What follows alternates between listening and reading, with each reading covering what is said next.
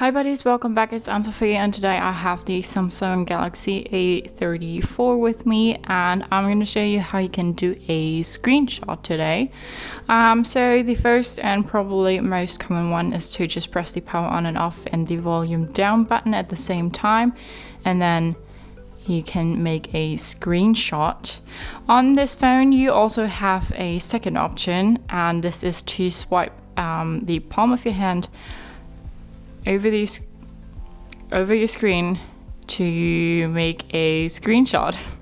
You see, this is not as easy. It worked the first time when I tried it out. Now it worked. And when we click on our screenshot, we can say what we want it to open with, and then this is our screenshot or our screenshots. We can go ahead and edit them here. When we click on the little pencil, we can draw on it, put stickers on it, put filters on it, crop it and adjust it, and then you can save it. So yeah, that's really quick and easy how you can make a screenshot on your Samsung Galaxy A34 5G. Hope you liked it, hope it helped. If so, thumbs up, share and subscribe, and I hope to see you next time. Bye.